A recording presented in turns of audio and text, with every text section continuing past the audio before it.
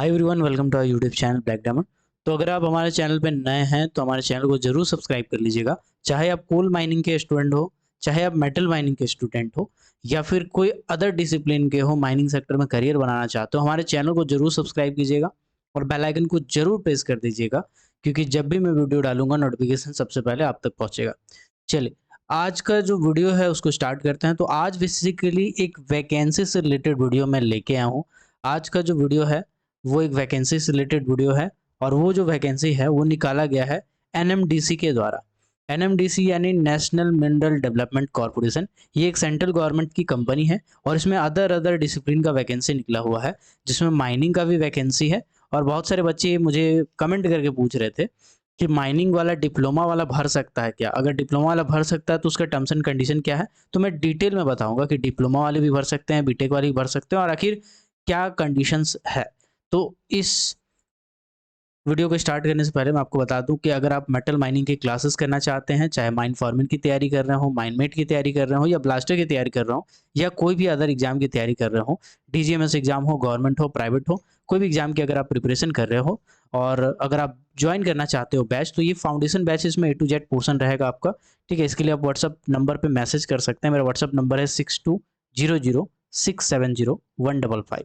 इसका जो फी है वो 600 रुपये मात्र रखा हूँ मैं, जो कि 6 महीने के लिए है, यानी कि पूरा कोर्स का फी मात्र 600 रुपया है। ठीक है, तो आप चाहे तो मैसेज कर सकते हैं। बाकी इसमें कंटेंट क्या रहेगा मैं आपको दिखा दे रहा हूँ।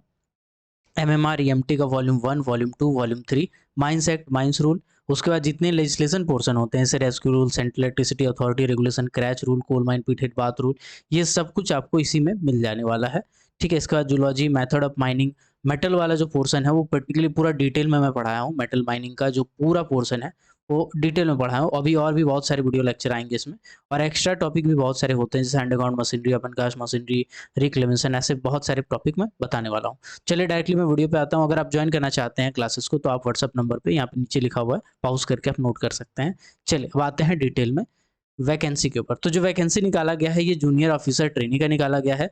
ये जो वैकेंसी है ये अलग अलग डिसिप्लिन का निकाला गया है, जिसमें कॉमर्शियल का निकाला गया है 4, इन्वायरमेंट का 1, जियो एंड क्यूसी क्वालिटी कंट्रोल का 3 निकाला गया है, माइनिंग का 56 निकाला गया, सर्वे का 9 है, केमिकल का 4 है, सिविल का 9 है, इलेक्ट्रिकल का 44 है, आईई का 3 है और मैकेनिकल का 20 है। इसको आखिर अप्लाई कौन कर सकते हैं तो मैं पहले बताता हूँ। ये एक सेंट्रल गवर्नमेंट की जॉब है, जूनियर ऑफिसर ट्रेनी, बहुत अच्छा पोस्ट है, और ये आपका परमानेंट जॉब है, कोई कॉन्ट्रेक्चुअल जॉब नहीं है। और चूंकि ये सेंट्रल गवर्नमेंट की कंपनी है तो इसमें आपका फ्यूचर भी बहुत सिक्योर है, फैसिलिटीज आपको सारी मिलेंगी जो एक सेंट्रल गवर्नमेंट के रेगुलर एम्प्लॉय को मिलता है।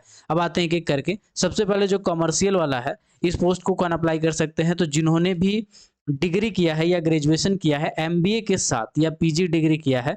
ठीक है, चाहे मार्केटिंग से किया हो, फॉरेन ट्रेड से किया हो, सेल से किया हो, सीए या आईसीएमए किया हो, तो ये सभी लोग इस वैकेंसी को अप्लाई कर सकते हैं। अगर इन्वायरमेंट की बात करें तो इन्वायरमेंट में जिन्होंने भी डिग्री किया है, चाहे मैकेनिकल हो, माइनिंग हो, सिविल हो, इलेक्ट्रिकल हो, इन्वायरमेंट हो, साथ ही साथ आपका पीजी डिग्री किया है इन्वायरमेंटल मैनेजमेंट में, इंजीनियरिंग में, इन्वायरमेंटल साइंस में, जूलॉजी में भी अगर आप किए हो, ठीक है, डिप्लोमा इन इन्वायरमेंटल मैनेजमेंट भी अगर 2 साल का कोर्स या डॉक्टरेट वाला कोई प्रोग्राम किया है तो आप इस पोस्ट के लिए अप्लाई कर सकते हो। इसी तरह से अगर जियो एंड क्यूसी की बात करें, यानी जूलॉजिस्ट एंड क्वालिटी कंट्रोल की बात करें, तो इसमें जो एमटेक किए हुए हैं या एमएससी किए हुए हैं जूलॉजी से, वही इस पोस्ट को अप्लाई कर सकते हैं। अब इसके बाद आता है माइनिंग का। इसमें सबसे ज्यादा डाउट है लोगों को।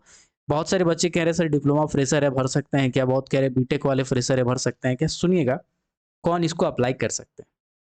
इसको अप्लाई करने के लिए दोनों कर सकते हैं, चाहे आप डिप्लोमा वाले हो, चाहे आप डिग्री वाले हो, लेकिन इसमें कुछ शर्तें रखी गई है।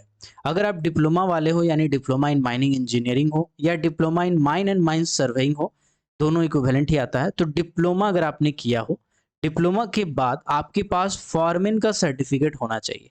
फॉरमैन का रेस्ट्रिक्टेड सर्टिफिकेट यहाँ पे मांगा गया है। अगर अनरिस्ट्रिक्टेड वाले हैं तब भी अप्लाई कर सकते हैं, क्योंकि अनरिस्ट्रिक्टेड वालों को सीएमआर एमएमआर के हिसाब से कोई रोक नहीं है। यहाँ पे कंपनी को जो चाहिए वो कंपनी बताई, आप अगर अनरिस्ट्रिक्टेड है तब भी आप अप्लाई कर सकते हैं। लेकिन डिप्लोमा के बाद आपका फॉरमैन तो होना ही चाहिए, साथ ही साथ आपका 5 साल का वर्किंग एक्सपीरियंस होना चाहिए, post qualification experience. Post qualification experience का मतलब होता है कि यहाँ पे डिप्लोमा लिख दिया गया है, डिप्लोमा होल्डर जो होंगे उनका पोस्ट क्वालिफिकेशन एक्सपीरियंस यहाँ पे लिखा गया है, तो यानी कि डिप्लोमा के बाद का। तो कुल मिलाकर कहा जाए तो 4 साल का डिप्लोमा के बाद का और 1 साल आपका फॉरमैन वाला। तो ये आप अगर है आपके पास तो आप अप्लाई कर सकते हैं। लेकिन यहाँ पे चूंकि स्पष्ट नहीं किया है पूरी तरह से पोस्ट क्वालिफिकेशन में, तो आप बेसिकली यही मान के चलिए कि फॉरमैन के बाद आपका 5 साल का होना चाहिए, ठीक है। लेकिन यहाँ पे जैसा डिप्लोमा होल्डर ब्रैकेट में लिखा है उसके हिसाब से ही बनता है 1+4, ठीक है। तो बेसिकली जो फ्रेशर है डिप्लोमा वाले वो इस पोस्ट को अप्लाई नहीं कर सकते हैं। अब बात करते हैं डिग्री वाले कौन अप्लाई कर सकते हैं। तो जिन्होंने भी माइनिंग इंजीनियरिंग में डिग्री लिया हुआ है, इसके बाद उसके पास second class mines manager certificate है एमएमआर के हिसाब से, नॉट सीएमआर के हिसाब से। जिनके पास एमएमआर के हिसाब से सेकंड क्लास का सर्टिफिकेट है, चाहे अनरिस्ट्रिक्टेड हो चाहे रेस्ट्रिक्टेड हो, आप अप्लाई कर सकते हैं। आपको एक्सपीरियंस का कोई जरूरत नहीं, आपको सिर्फ डिग्री चाहिए और सेकंड क्लास चाहिए मेटल में। अगर आपके पास है तो आप अप्लाई कर सकते हैं। लेकिन अगर डिप्लोमा वाले हैं तो डिप्लोमा चाहिए, फॉरमैन चाहिए और उसके बाद आपका 5 साल का एक्सपीरियंस चाहिए, ठीक है। आई होप ये डाउट आपका क्लियर हो गया होगा। अब आते हैं सर्वे में, सर्वे वाला भी देख लीजिए, इसमें माइनिंग वाला का ऑप्शन है।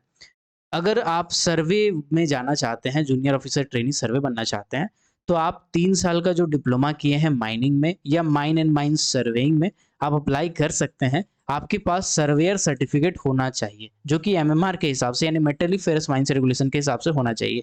यहाँ पर भी बोला गया है कि 5 साल का पोस्ट क्वालिफिकेशन एक्सपीरियंस आपको चाहिए, यानी माइंस सर्वेयर के बाद आपका 5 साल का जब वर्किंग माइंड सर्वेयर का आपका सर्टिफिकेट होना चाहिए, एक्सपीरियंस होना चाहिए, तभी जाके आप अप्लाई कर सकते हैं, ठीक है। चल अब आते हैं आगे।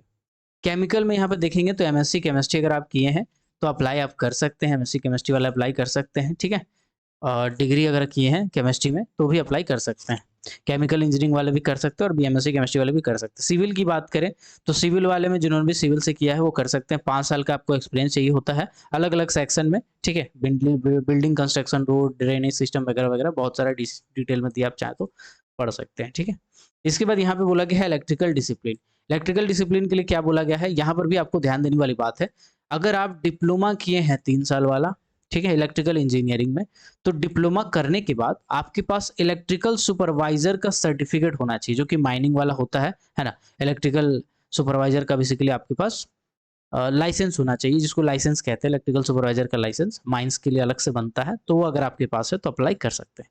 इसके बाद अगर आप डिग्री वाले हैं तो डिग्री इन इलेक्ट्रिकल या इलेक्ट्रिकल एंड ई वाला जो होता है इंजीनियरिंग, है ना, ई डब ट्रिपल ई बोलते हैं जिसको, इलेक्ट्रिकल एंड इलेक्ट्रॉनिक्स इंजीनियरिंग, तो वो भी अप्लाई कर सकते हैं, ठीक है। इसके बाद यहाँ पे बोला गया है कि 5 साल का एक्सपीरियंस आपको चाहिए होगा, ठीक है। अगर आप डिप्लोमा वाले हैं तो आपको 5 साल का एक्सपीरियंस चाहिए होगा। अगर आप बीटेक वाले हैं तो आप फ्रेशर अप्लाई कर सकते हैं, मतलब सिर्फ आपके पास डिग्री है इलेक्ट्रिकल का, आप अप्लाई कर सकते हैं। बट डिप्लोमा वाले हैं तो इलेक्ट्रिकल में आपको डिप्लोमा चाहिए, फिर आपको इलेक्ट्रिकल सुपरवाइजर का लाइसेंस चाहिए, फिर आपको 5 साल का काम का एक्सपीरियंस चाहिए, ठीक है। चलिए बातें हैं आगे। इंडस्ट्रियल इंजीनियरिंग, इंडस्ट्रियल इंजीनियरिंग की अगर मैं बात करूं तो इंडस्ट्रियल इंजीनियरिंग में बोला गया है जो माइनिंग किए हैं, डिग्री किए हैं माइनिंग में, या मैकेनिकल में डिग्री किए हैं, या प्रोडक्शन में किए हैं, या इंडस्ट्रियल में किए हैं, साथ में आपको पीजी डिग्री या डिप्लोमा होना चाहिए इंडस्ट्रियल इंजीनियरिंग में। अगर किए हैं तो आप फ्रेशर अप्लाई कर सकते हैं। तो माइनिंग वाले कैंडिडेट जिन्होंने भी इंडस्ट्रियल इंजीनियरिंग में डिप्लोमा कोर्स किया है वो अप्लाई कर सकते हैं। मैकेनिकल में भी यही बोला गया है, मैकेनिकल में बोला गया है कि अगर आप डिप्लोमा वाले हैं तो आपका 5 साल का एक्सपीरियंस चाहिए, और अगर डिग्री वाले हैं तो आप फ्रेशर में अप्लाई कर सकते हैं। जो एज लिमिट रखा गया है वो 32 ईयर रखा गया है। और ऑब्वियस सी बात है, सेंट्रल गवर्नमेंट की कंपनी है तो सेंट्रल गवर्नमेंट का गाइडलाइन जो होता है रिलैक्सेशन क्राइटेरिया का, जैसे SC/ST के लिए 5 साल, ओबीसी के लिए अपर एज लिमिट में 3 साल का रिलैक्सेशन दिया जाता है, ठीक है। ओके, चलिए अगर NMDC कैंडिडेट है तो आपको डिपार्टमेंटल 15 साल का आपको रिलैक्सेशन दिया जाएगा। अब स्टाइपेंड की मैं अगर बात करूँ, स्टाइपेंड की अगर मैं बात करूँ तो स्टाइपेंड बेसिकली दिया जाएगा जब जो आप जूनियर ऑफिसर में ज्वाइन करेंगे तो आपका जूनियर ऑफिसर के बाद ट्रेनी पीरियड रहेगा। अब यहाँ पे भी कंफ्यूजन है बहुत को, तो मैं यहाँ पे क्लियर कर देता हूँ आपको, ठीक है, क्या होने वाला है, ठीक है। अगर आप जूनियर ऑफिसर ट्रेनी बने, कोई भी ट्रेड में बनिए, इलेक्ट्रिकल, मैकेनिकल, सिविल, सर्वे, कोई भी ट्रेड में बनिए, अगर आप डिग्री होल्डर हैं तो आपका ट्रेनिंग होगा 12 महीने का यानी 1 साल। और ये जो ट्रेनिंग पीरियड होगा इसमें आपको स्टाइपेंड दिया जाएगा 37,000। जैसे आपका ट्रेनिंग पीरियड खत्म होगा आपके नाम पे सिर्फ जूनियर ऑफिसर ठीक है। जूनियर ऑफिसर अगर इलेक्ट्रिकल है तो इलेक्ट्रिकल, मैकेनिकल है तो मैकेनिकल, माइनिंग लगेगा, ट्रेनिंग वाला नाम हट जाएगा। ठीक है, ये हो गया डिग्री वालों के लिए। डिग्री वालों को 1 साल स्टाइपेंड जो दिया जाएगा 37,000, उसके बाद 37,000 1 साल के बाद आपका बेसिक बन जाएगा, और 37,000 अगर बेसिक है तो इसको डबल करके चलिए आप, ठीक है ना, डबल नहीं थोड़ा सा कम, मतलब 70-75 आपका ग्रॉस बनेगा, 70 के आसपास ग्रॉस बनेगा, और कट छट के आपको ऑन हैंड 55 टू 60 के बीच में कुछ ऐसा मिलना चाहिए। ठीक है, ये आपका सैलरी होने वाला है दोनों के केस में, डिप्लोमा वालों के केस में। अब डिप्लोमा वालों को मैं बता देता हूँ, अगर डिप्लोमा से आप बने हैं, डिप्लोमा वाले हैं, फॉरेन सर्टिफिकेट लिए हैं, या जो भी इनका क्राइटेरिया था अलग अलग डिसिप्लिन का, उसके बाद 5 साल का एक्सपीरियंस लिया है, तो आपका जो ट्रेनिंग रहेगा वो 18 महीने का रहेगा, जिसमें 12 महीने आपको मिलेंगे स्टाइपेंड 37,000 पूरा पूरी। ठीक है, और उसके बाद का अगला जो 6 महीना रहेगा उस टाइम मिलेगा आपको 38,000, टोटल हो गया 18 महीना। ठीक है, इसके बाद आपका ट्रेनिंग खत्म हो जाएगा और आपका 37,000 बेसिक हो जाएगा। ठीक है, जो कि 1,30,000 तक बेसिक आपका जाने वाला है। ठीक है, तो आई होप ये सैलरी स्ट्रक्चर आपको समझ में आ गया होगा। अब यहाँ पे नंबर ऑफ पोस्ट जो था वो यहाँ पे कैटेगरी वाइज दिया गया है, अगर आप चाहें तो पॉज करके इसको देख सकते हैं। ठीक है, चलिए अप्लाई कैसे करना है वो भी मैं आपको बता देता हूँ। इसके लिए आपको वेबसाइट पे जाना है nmdc.co.in में, या NMDC का ऑफिशियल वेबसाइट में कैरियर में जाना है, और इसके बाद यहाँ पे स्क्रॉल कीजिएगा तो पहला नोटिफिकेशन जो आ रहा होगा एम्प्लॉयमेंट नोटिफिकेशन नंबर 8/2024, ये वाला, इसमें click here to apply online में क्लिक करना है। क्लिक करने के बाद सबसे पहले आपको रजिस्ट्रेशन करना है, अगर फ्रेश कैंडिडेट है तो ऑब्वियस सी बात है फ्रेश कैंडिडेट होंगे आप, है ना। उसके बाद रजिस्ट्रेशन करने के बाद आपको यहाँ पे टोटल धीरे धीरे आपको अप्लाई करना है। अब आगे का प्रोसीजर मैं बता दे रहा हूँ। ऑनलाइन आपको पैसा लगेगा 250 रुपया, 250 रुपया है फी आपका। ठीक है ना, जो कि SC ST वो कैंडिडेट के लिए पैसा नहीं लगेगा, बाकी के लिए पैसा लगेगा। ओके, चलिए अभी आगे का मैं बताता हूँ। अब जो आपके एग्जामिनेशंस होंगे, सर शॉर्ट लिस्टिंग कैसा होगा, तो यहाँ पे 2 फेज होगा। पहला होगा CBT, कंप्यूटर बेस्ड टेस्ट, यानी कंप्यूटर में बैठना है, 100 नंबर का आपका एग्जाम होता है, MCQ टाइप का क्वेश्चन पूछा जाएगा आपसे। यहाँ पे दिया नहीं है लेकिन जनरली 5 क्वेश्चन पूछे जाते हैं, और इसका जो एग्जाम होता है वो कंडक्ट करता है IBPS। तो IBPS का जो पैटर्न होगा वो मैं आपको डिटेल में आगे बता दूंगा। तो CBT टाइप के एग्जामिनेशन होंगे, और इसमें आपका जनरली नो नेगेटिव मार्किंग होता है। ठीक है, जनरली, बाकी आगे का मैं बताऊंगा, इसमें लिखा नहीं है। तो 100 नंबर का आपका CBT एग्जाम होगा। इस CBT एग्जाम में क्वालिफाइंग नंबर तो रखा गया है, लेकिन क्वालिफाइंग नंबर मैटर नहीं करता, क्योंकि कैंडिडेट इतने अपेयर हो जाएंगे कि क्वालिफाई मैटर नहीं करता। ठीक है, फिर भी मैं एक बार आपको बता देता हूँ, अगर SC ST PWD कैंडिडेट है तो 40 नंबर पासिंग मार्क्स है, OBC नॉन क्रीमी वाले 45 नंबर है, अनरिजर्व EWS वाले है तो 50 नंबर है, जबकि कटअप इससे कहीं ज्यादा जाता है। 100 नंबर का आपका एग्जाम होगा। इस एग्जाम में आप जितने भी नंबर लाए, फॉर एग्जाम्पल आपने क्वालिफाइंग नंबर पास किया, ठीक है, फॉर एग्जाम्पल आपने 55 नंबर लाया, तो आपको फिर दूसरा स्टेज देने को मिलेगा, दूसरा स्टेज देने को मिलेगा, लेकिन आपका जो रेशियो होगा 1:3 होगा।